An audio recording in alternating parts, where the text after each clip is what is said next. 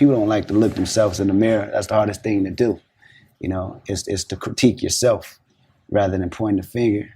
And everybody hates change. So to actually do that and say, I'm wrong in a lot of areas. I look at myself in the mirror and I'm saying I'm wrong in a lot of areas. That takes a lot of willpower. You dig what I'm saying? So it starts with self first.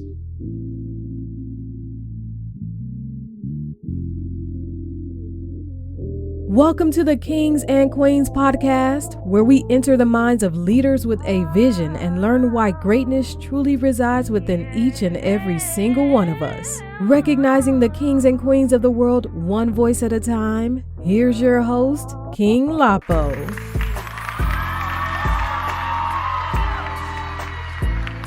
What is up, Kings and Queens family? This is your host, King Lapo, in the building. I hope everyone's having a blessed and tremendous day. Yes, we are back with another great episode. I know it's been a while, but your boy is back. In this episode, we got a special guest who's an up-and-coming music artist straight out from the Netherlands. He's been featured on platforms such as Spotify, SoundCloud, and Apple Music. In addition, his music videos truly capture the true essence of R&B and soul. So without further ado, let me go ahead and introduce you guys to Mr. Eli Grean. Yeah, you good. Appreciate that. No problem. How you been? I'm good. Having a good day, man. How's everything over there in the Netherlands? Yeah, man, it's good over here, man. The weather is not too good at this point, but other than that, we're having a good time for as far as that's possible, with this COVID thing and everything. But yeah, man. So, what we like to do here on the Kings and Queens podcast is, to introduce you to the family. So, for those who may not know who you are, just go ahead and give them a general background, where you're from, born and raised, anything you want to add, college you went to, let them know. Yeah, man. So my name is Eli Grean. I'm from Amsterdam in the Netherlands. I've been making music since I was 18 years old. Wow. And, I've been enjoying that process a lot.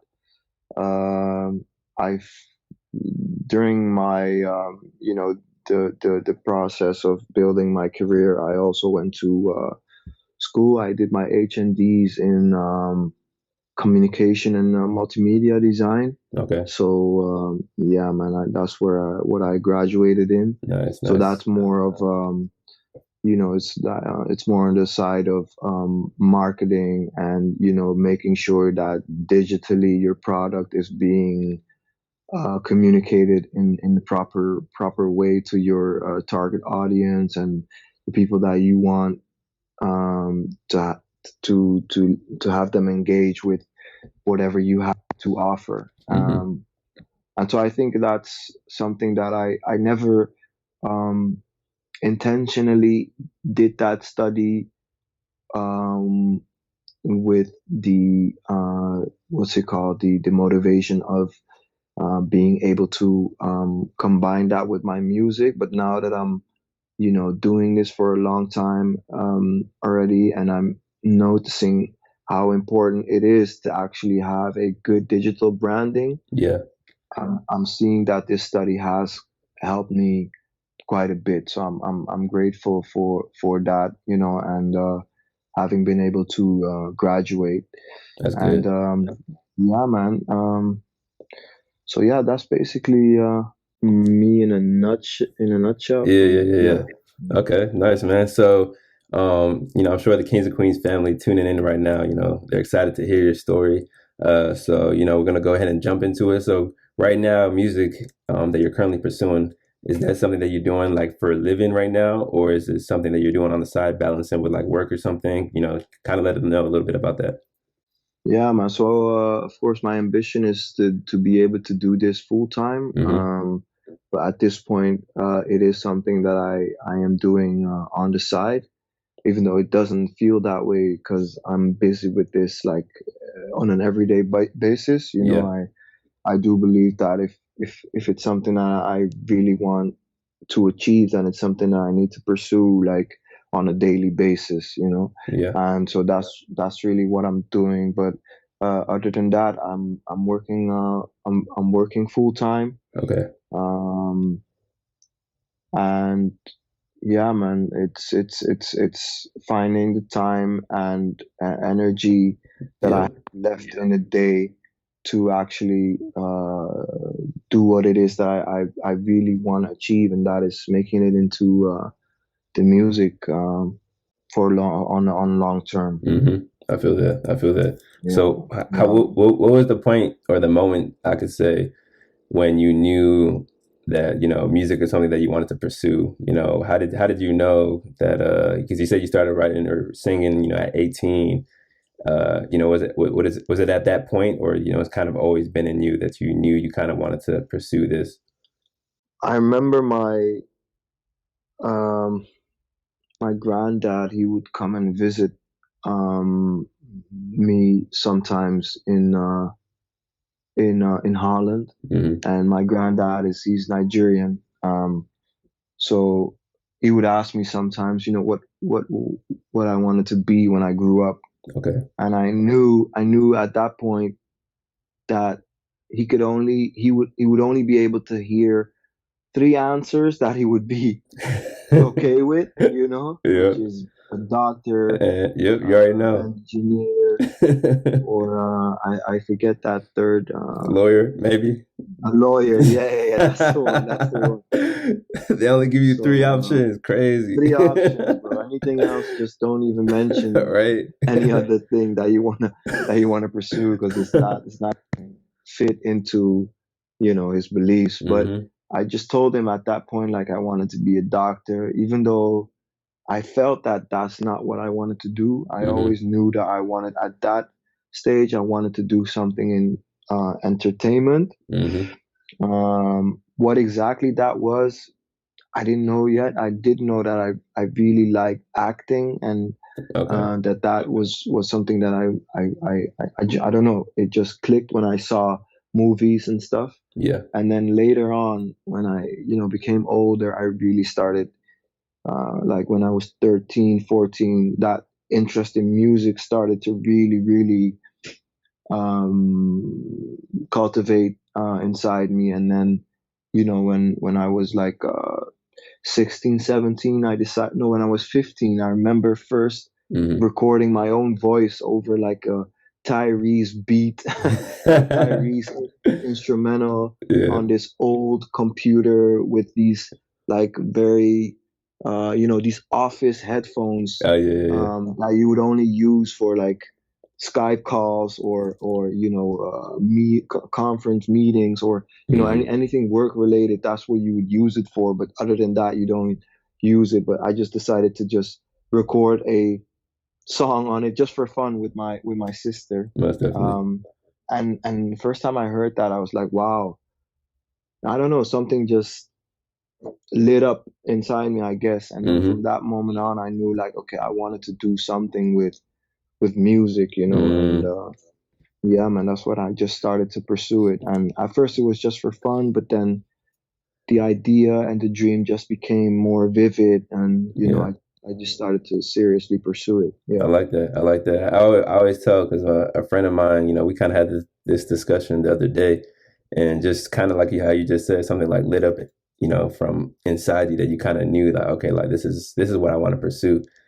I feel like, right now, like nowadays, even whatever household you come from, Nigerian household, or if you come from the Netherlands, or you always have family that they want you to pursue something. But, if something that you want to do is, falls kind of outside of that criteria, you might be hesitant at first, but at the same time, it's like you can never fight it because, deep down inside, it's like, damn, like, with you, it's like deep down inside, like, man, like music is what I want to do.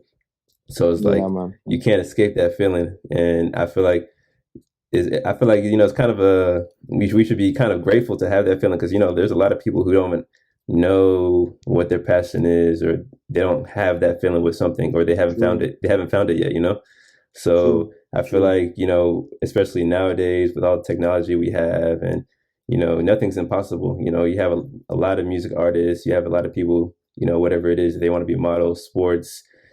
There's so many different avenues that you can become successful in rather True. than the typical norm that our parents and older generations were used to. So Yeah. I like how you said that, you kind of went with your instinct and you said, you know what, even though this is not something that my grandpa would, like, it doesn't fall within the three top, careers that he had in mind, but you knew Yeah. like, okay, like, nah, like, this is going to be different for me. So, Yeah, man. so going back to that, how do you stay like consistent, or like, how do you keep that fire alive? Because I know that there's gonna be some days where you're doing music and you're like, damn, like, some days are harder than the others. Is some days you might not really feel like maybe like recording something. You might want to chill. Like, how do you get through those days? Most definitely, man. Yeah, it's a good question. Mm-hmm. And I mostly just try and record something Okay. on a daily basis, like maybe 3 to 4 times a week. I would just get into my like booth that I sort of built in my house and Mm-hmm. just record something. And even though I know beforehand, like, no, whatever I'm gonna record today, it's gonna be it's not gonna be good, you know. Um, I I still go through that process of just trying, Mm-hmm. um, just in case my creativeness does start flowing on that day. True. And um, and the reason why I do that is because I know that the biggest artists, they have off days Facts. on their tours or on the studio sessions that they have booked maybe with other artists, or they have a lot of pressure from so many people, and they may have months or even years that they're like, okay, I don't feel like doing this right now, but Yeah. they themselves, they find a way um, to make it work for themselves. And that is maybe that they think about what they want to pursue, and they think about uh, I don't know exactly what they could be thinking about, but for Mm-hmm. me, I just look up to them, and I'm like, well, if they can do it, then I sure as hell have to be able to find a way to do it as well, you True. know. And um yeah, that's just the way I try to look at it. And of course, if I'm in the booth that day that I don't feel good, after 20 minutes, I'll be like, okay, you know what? That's it. I'm not going to do any recording anymore today. But still, when I, end my day, I'll still feel more fulfilled than just skipping it because I don't Yeah. feel good, if that makes any sense. No, it So, does. yeah, man, that's how I just try to stay consistent in my workflow, because I just know how important it is to just keep at it. And I don't have to do an hour or 2 hour sessions every day. I don't need to write a bar every day, but at Mm-hmm. least just try and attempt to go into that flow is enough. That's the only thing that you can ask yourself, even if you're not feeling too good. No, man. I think you're right, because I feel like just allowing yourself and pushing yourself to just go in the motions of recording and writing music, even though you might not feel like 100%, but like every little step, it matters. It kind of adds up. Matters, yeah. Yeah, because like you just said, you have like artists, like top artists, and they might take like a year off, 2 years off without making any music, and we as like the consumer, we're wondering like, damn, like this person fell off. But really, there's so many things going on in people's lives that Yeah, it's kind man. of hard to remember that sometimes, and sometimes they get into slumps as well. So Hmm. sometimes we forget that, but at the same time, it's kind of good what you said. Good at what you said. You said you're always making sure you're doing at least something. So like you never know when that creative spark is going to happen, and Yeah, man. it's better to do that than like not doing anything at all. At Because all, yeah. yeah, because I found out like if you don't do anything at all, you can run into like a cycle of not just doing anything, and then slowly what you were passionate about just starts getting like kind of like further out of reach in terms of your goal, Yeah, and man. you kind of have to keep yourself in that atmosphere at all times. So yeah, that's good, bro. It's like So what you said, mhm, like you know, if you just if you're not gonna try and get into that state of creative, being creative, mhm, that means that you're gonna wait for that spark to come. mhm, But the truth is that 9 out of 10 times that spark is not gonna come by itself. yeah, You need to start running the engine, like it's like exercise. You know, yeah, yeah, yeah. if your body is cold and you try to lift weights, you're gonna have an injury no matter what, Facts. you know. But if you warm yourself up to it, and mentally and physically you warm yourself up to it, and you prepare yourself to lift that big weight that you've Mhm. been wanting to lift, then your chances of being able to do that are gonna be bigger, because you know, you tried and prepared yourself, Exactly. tried to prepare yourself for that moment. But if you're gonna wait for that moment to just come to you magically, then it's just never gonna happen. Just that's just not the way things work, you know. Yeah. No, you're So completely yeah, right. Yeah, I found the same thing, man. Because sometimes, like you said, it's not going to happen unless you put in the work, and it's just like if you keep on waiting, sometimes it's like a mindset thing too. Sometimes, as creatives or like artists, whatever it is, we kind of hold ourselves at we kind of hold ourselves at a certain accountability. We raise the bar on ourselves, and we might be a little bit too hard on ourselves to where like we're kind of in our head a lot, like, oh man, like, why should I even do this? Because like if you're thinking it's not going to be good, but to somebody else's eyes, they might be like, damn, like, Eli, you should have dropped this a long time ago. Like, this is fire. You know what I mean? And in your yeah, eye, yeah, yeah, yeah. in your eyes, you're like, man, it's not even that good. But to them, it's like, nah, man, like, release this. And sometimes we get in our head, we want everything to be perfect. But the thing is that Yeah, it can man. never be perfect, right? Because like It you're can gonna never look, be perfect, yeah, bro, man. you're gonna look back at the songs that you're doing now, and like, yeah, like they're fire, they're good. You're gonna look back and be like, damn, like I've improved, since then compared to where I am now. So if you look at it like that, it's like, damn, why should I even be stressing about myself in my mind, and might as well just keep on going through the motion, and allow that creative spark to just happen like naturally. But Yeah, man. yeah, bro. Exactly. I agree with you. So yeah, so I also seen, everyone that's tuning in Kings of Queens family right now, Eli Grean, it's not his first podcast or anything, oh man, he does this for real, So if you guys search him on YouTube, I saw that you had this this thing that it's kind of like a radio talk show, you said it was called FunX, right? Yeah, man. It's a Okay, so Dutch radio station. okay, Dutch radio station. So go ahead and tell the Kings of Queens family about that. Like, how were you able to get on the radio station? And I saw that you singing a couple of tracks, a couple of people's kind of features. I think you had one that you're kind of singing on top of like a Drake song or something like that. How did all that come about? So that Phonics, I would say period or era, is from like 2018. Mm-hmm. And actually, when I heard that, when I heard that they picked me to be one of the artists to be in that competition, which it was a sort of a talent show, but then through the radio, and they would also film our performance and put it on YouTube. But initially, it would be on the radio, Mm-hmm. um, as a sort of a talent show.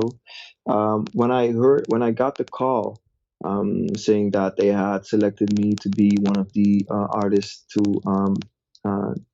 join the talent show, I was actually in LA, man.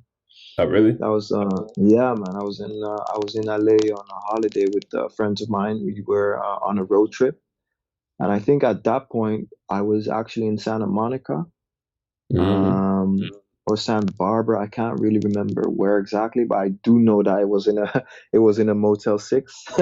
So yeah, man. So I got the call and I was really excited, and I told people about it through my Instagram story. Like, when I come back from LA, we're gonna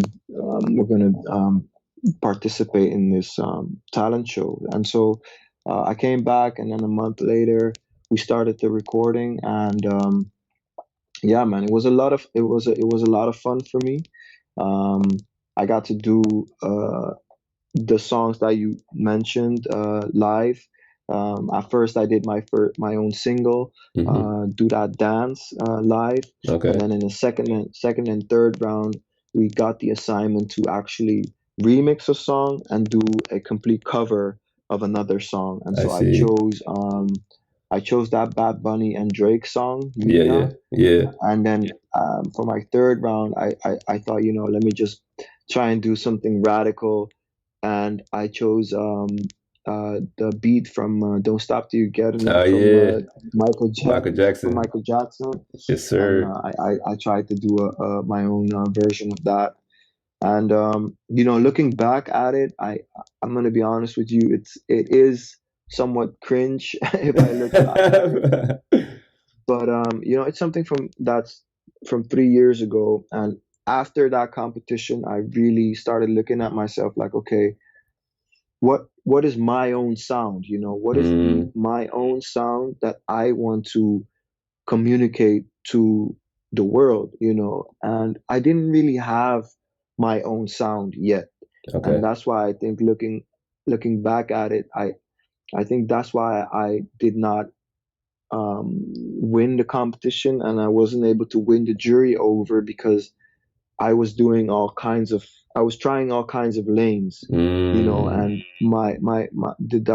the people the artists that I was competing with, they had like a certain idea, a certain sense of what what sound they wanted to communicate to their fans. I So see. that's something that I really, really started understanding, that it is very important for me to have my own sound, my own brand that Hmm.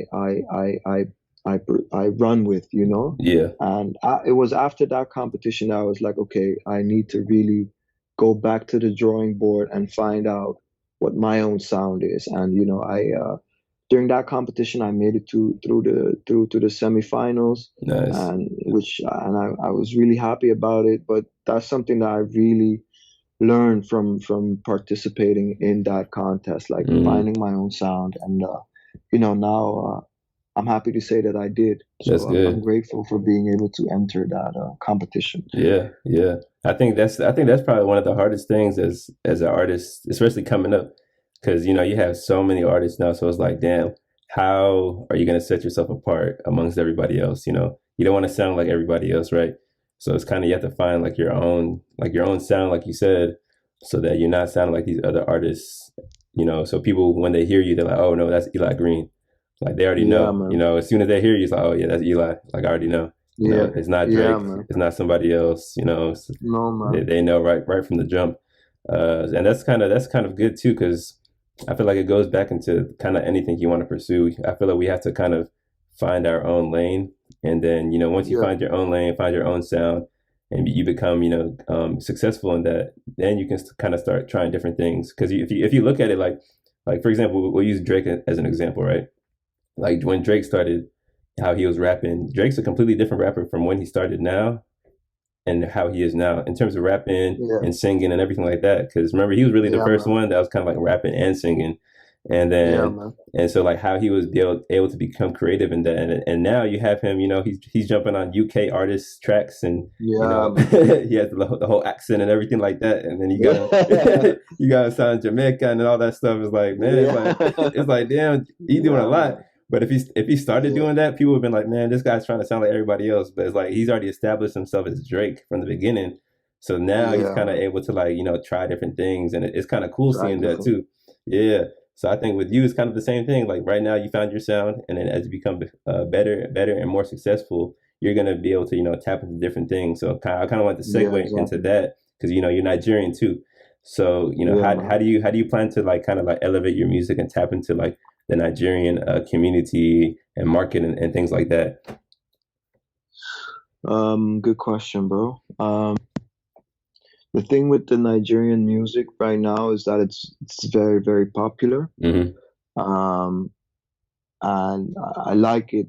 I like it that it's so popular, you know, with the Burna Boys and the Wizkids Yeah. and the Yeah. and much more artists that I can't name right now, but my sister knows them all. Yeah.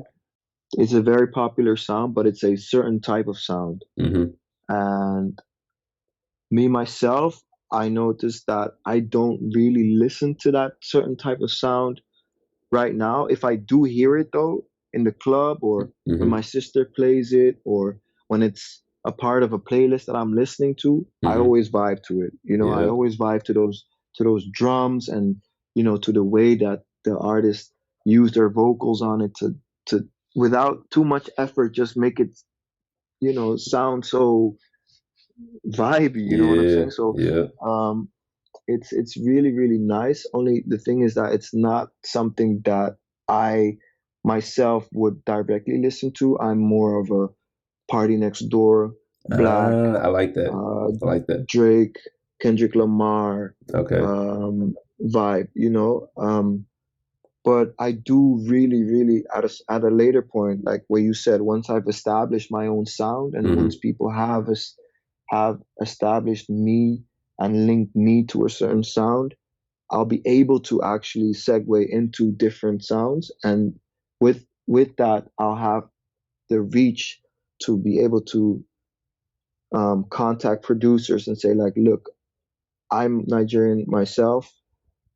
My initial sound is like this Party Next Door new wave hmm sound, kind of R&B-ish trap soul Yeah. sound, and I want to find a way to mix that African sound, to mix that Nigerian West African sound into that. I want to find a way to blend that, you know. Yeah. Yeah. So that's something that I really want to do when it comes to making the album, because like I an see. album is always an opportunity for you to show different sides of your creative spectrum, you know. Yeah. And but until that time, I want to just focus on this sound that I'm pushing now, and then, you know, when it comes to album mode, I'll be sure to, you know, also tap into those Nigerian sounds, like what Kendrick Lamar did. What, for example, with Section 80, hmm with To Pimp a Butterfly, his the jazz influences and how Yeah. he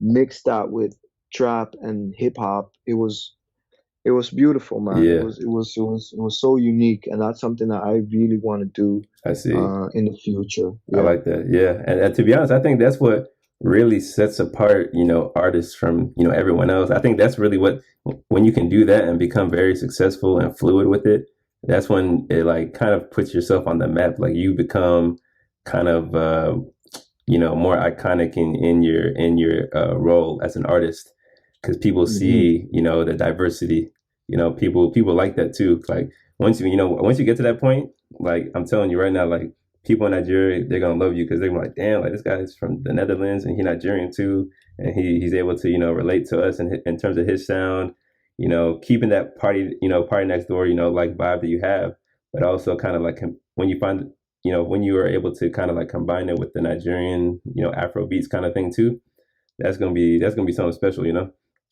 Um, man, definitely. so right now you It's gonna said, be hard. yeah, It's it's gonna gonna be be hard, man. hard. But I'm up Yeah. for the challenge, man. Yeah, Facts, definitely. facts, yes, sir. So right now you only have singles out, right? So you have I know you have Yeah, this one called Stickum. You have Do Die Dance, if I said that correctly. yeah, yeah, So yeah. what do those mean? Because everyone listening, Kings of Queens family, majority of the audience they from America or the UK. Yeah, So go ahead and then kind of like tell us what the meaning behind those two singles are. yeah, man. So, Stickum is a song released in 2018, and it's really about yeah, doing like I sing about liking a girl, hmm wanting a girl, but she has a boyfriend. mm So my question to her in that song is if we can do it, if we can do certain things without him knowing.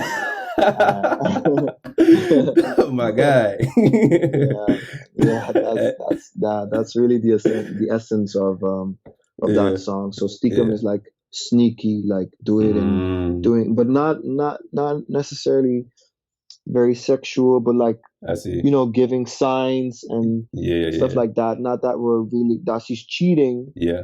And with on her boyfriend, but that we are teasing and entertaining the possibility. I see. That's really what that song is about. I see. And then "Duty Dance" is literally means "do that dance," and it means it's really about me seeing a girl in the club, being tipsy, and then just approaching her and dancing with her, man. Yeah. Okay. Nice.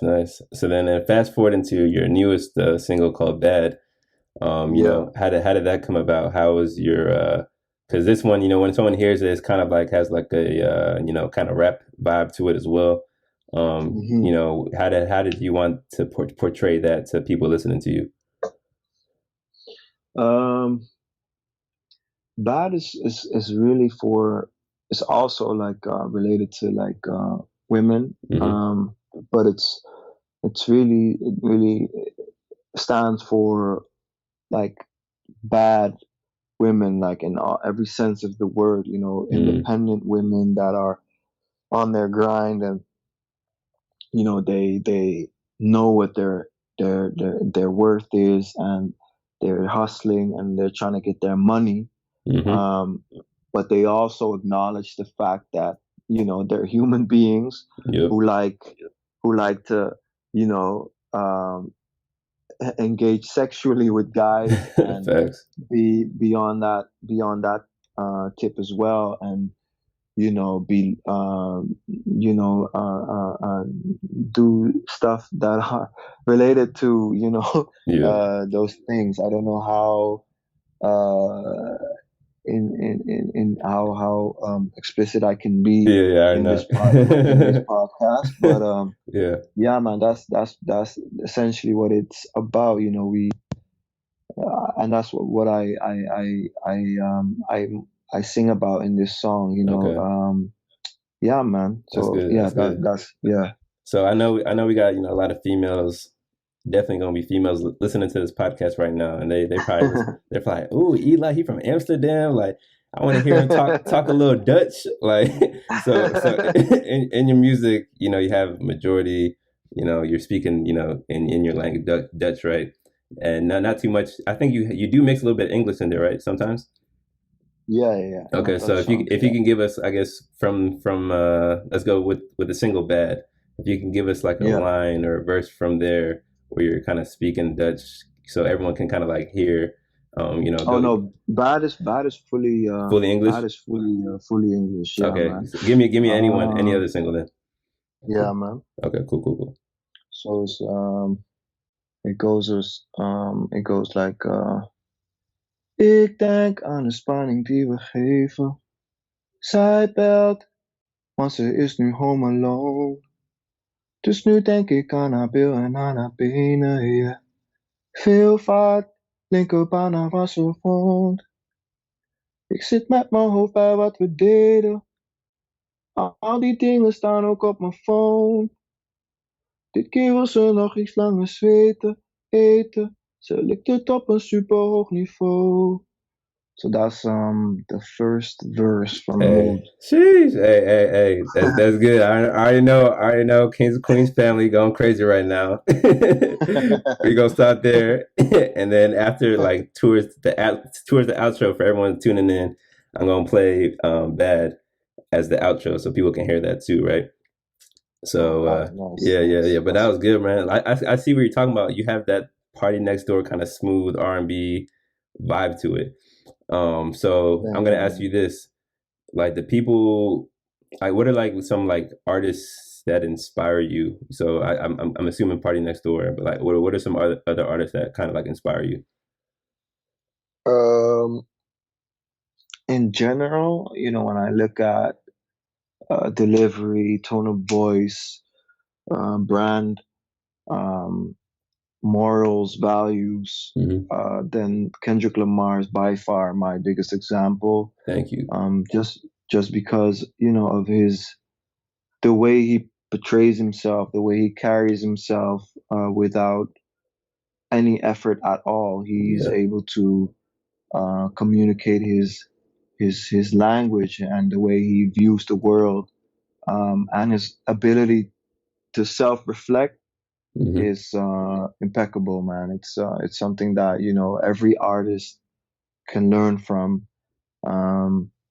and he's not necessarily wanting to do it for fame, just to be famous, but for really for his family to be good, for Compton, to be put into a good spotlight. You can, with every move that he makes, that he does it for more than just fame and money. And it's intentional. Yeah, man, it's very intentional, and I love him so much for doing that, and showing the world that artists can still have that energy, in this modern time. Yep. And then musically, I would say that Drake would be my biggest example when I look at him, how he markets himself, and how diverse he is with this modern music, and how he's able to tap into certain genres that were like we discussed before, not directly meant for him, but he still finds a way to make it his own, and make a shitload of money doing it. Facts. So I have to commend Drake for that, and he is for that reason a very big example for me, musically. And then in that same lane, I would also put like Party Next Door and Black. Black's good. Gunna, Young Thug. Melodically, these guys are top notch. You like Brent Fayez? Brent Fayez? Brent Fayez, yeah. Bro, he's cold. Very, very he's cold. Man. At first, he's coming up. Man. I'm a real big fan. Bryson Tiller too. But when Brent Fayez came up, not more than like after Trap Soul. I didn't get that same vibe from Bryson. I know, right? Trap Soul is. I was thinking the same thing. I was having this conversation with one of my homeboys the other day, and I was like, damn, that like Bryson Tiller, like his new stuff is cool, but the first one, man, Trap Soul, that really hit. You got Kxngs, you know what I'm saying? Like, don't, like open interlude. That one was fire, bro. So I'm hoping he gets back, to kind of that. That wave that he was on last time. But I mean, like you said, man, being an artist is hard. Having to come up with something new, and someone if like the audience already thought that was fire, it's like, damn, like how is he going to come up with something that's better than that? So it's a hard process for sure. But I think that's the beautiful thing of being an artist. You kind of always have to step your game up. So let's go into your music videos. So everyone tuning in right now, if you haven't seen Eli Green's music videos, go ahead, make your way to YouTube. Type Eli Grean. We're gonna give you all his handles after the podcast. But if you look at his YouTube videos, his music videos crazy. Like they look professional. Like, so how did you, who did you reach out to like start making music videos, and the whole team behind that? Like how does one start, making good music videos like the ones that you have right now? First off, thank you, man. I appreciate no problem. You watching those videos and saying those things about it. Appreciate that. No, my team is also from like way back, man. Like one of my best friends, Marijn. He when he first got into making videos, that's when I also first got into making music, like on a serious note. He's also the one that introduced me to a producer. His name is Timo Ross. He has like a producer collective called 2-3 Beats, where he makes beats for like big artists in Holland. Okay. And so when Marijn first started, I also first started, and he tried to link me with Timo at the time, because the two of them are also very good friends. And so he linked me with Timo, and as we were making music, Marijn really heard that, you know, there was something different about my sound, and he really wanted to make a video for one of those songs that I was doing at the time. And I also always told him, like, look, we're gonna definitely work together, because I had already seen some of his work online and stuff, and we would hang out like almost every day, you know. So you know, at a certain point, one of my songs, Press Play, was done, and then you know, immediately decided to collaborate on that song. And then after that collaboration, it was like, yo, what's next? You know, what song are we gonna do next? Yeah. And that's how the Steakum video sort of came about, which I did together with another friend of mine, Lawrence. Okay. And then, you know, from that point on, we just elevated into Duty Dance. And I think, did we do another video after? I don't think we did another one after. Okay. You had one. You had one called The Motion. Yeah, The Motion, of course. Yeah, and that was also because of another friend of mine, Robin, and he's also, you know, part of the team, and him I also know through Marang, you know. So it really first started with him, like all those years ago when we both started off, and then, you know, him giving me the opportunity to create, sort of find a song that I like, that I made together with people, and then just from there on, you know, me giving him the opportunity to make something out of that, and then together we just made those videos, man. And I'm very, very, very happy to know him, and you know, he's also a big example for me when it comes to work ethic and, you know, being on your grind. So that's cool. Yeah, man, I think that's how that came about. That's cool, man. Yeah, much more on the way, man. Hey, yeah, that was my next question. You know, what are the next things coming up? You know, I'm pretty sure you're gonna have a music video for Bad. Or I have a music video for Bad, but okay. Yeah, so I shot that also with Lawrence, the one I did the Duty Dance and Steakum with.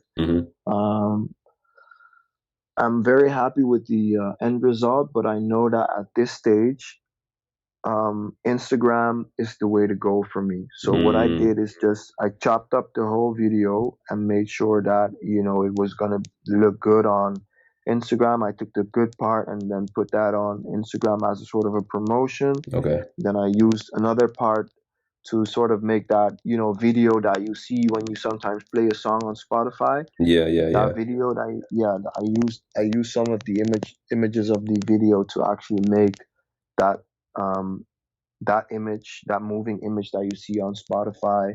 And then I have some other moments of that video that I may share later on. But for me to do a whole music video, I need to make sure that, you know, at least an X amount of people watch it. You know, otherwise true. It's not going to be worth it. And I might as well just use the music video, chop it up, and then use it as a way to have content on Instagram, because I know that, you know, for now it's just it's more effective. Yeah. And of course my ambition is to make amazing videos, music videos with budget that I'll be able to hopefully have in the near future. But, you know, it's that bridge to YouTube is something that, you know, you need to really have people cross very carefully. It's something that, you know, it's to get them there is hard, you know. So I want to make sure that I really have the videos, the visuals that are strong enough for them to say, wow, I really need to get off this Instagram and hop on this YouTube thing from Eli Grean to really see the bigger picture, you know? Yeah. I like that, man. So, you know, let's say 5 years from now, you know, where do you kind of see yourself, you know, career-wise in the music industry?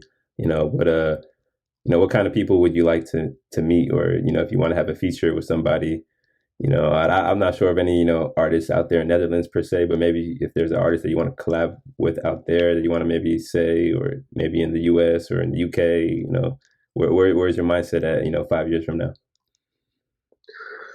I'll be on your side, man. Hey, let's go. Yeah, man. I'll be on your side, most definitely, bro. Like Okay. on by the end of this year, I'm actually gonna go to LA, I think, Okay. for 3 months. Nice.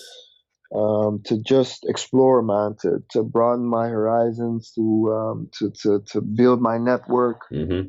and see how far the music thing can take me within the 3 months. Okay. And if I catch a vibe and I'm like, okay, wow, this is really the place for me, which I intuitively do think Mm-hmm. it will be, I'm gonna, find a way to apply for a visa and make it work on your side, man. Because I don't Nice. know why, but the US has always stuck with me, even though the US has not been in the best of spotlights Yeah. as of late, Yeah. but Yeah. I still I don't know, I got a crush on the city LA when I first went there on a holiday like in 2018, and I was like, I think there's more for me to do here, and for me to see, more people for me to meet. Mm-hmm. So on November, I'm gonna go over to LA and see what I can do.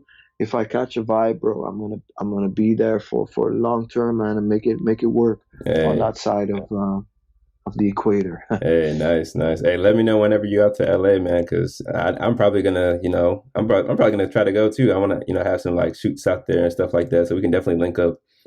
Oh yeah, most definitely, bro. Yeah, You're from yeah. Atlanta yourself, right? No, no. I mean, right now I'm in Texas, Austin, Texas. Texas. Yeah, Texas. yeah. Cool, cool, cool. Yeah, man. But yeah, definitely let me Cool, know, man. man. Definitely link up, man. Yeah, Cool, cool. definitely. Facts, facts. All right, man. So yeah, that pretty much wraps up the episode, man. Thank you so much for coming on the Kings and Queens podcast. It's a Thank you great for having me, pleasure. man. Yeah, bro, great pleasure having you on. We talked about a lot of good key points. If you could leave with one piece of advice, for the Kings and Queens family listening in, what would it be? Um, put yourself out there, man. Mm-hmm. Just put yourself out there. I know that, in this creative world, or in this world where there are so many options and there's so many things that we can do, it's very hard to make a choice, but go with your gut feeling and really just try to pursue it, even if it's just 5 minutes, even if it's just sketching up something, or just texting someone, whatever it is that you want to pursue. Just try and and and and and put the energy into it, make it from a vision to go from vision to action. And it doesn't have to be that from day zero to day Mm-hmm. one you should have established $1 million idea, or you should have established a team that's going to work for you. That's not realistic, but just go for it. Just go with your gut feeling and just Yeah. try whatever it is that you want to try to do, because that's the only way that you're going to find out if it's something for you and if it's really your passion, man. But Hmm. yeah, that's That's what the good. advice I would give. Just That's try it. Go that's for it. that's great, man. That's great. And with that, what platforms can the Kings and Queens family find you on? Whether it be Instagram, YouTube, Twitter. Go ahead and give your handles out. Yeah, man. So you can find me on Instagram at Eli Grean. So that's ELIGREAN.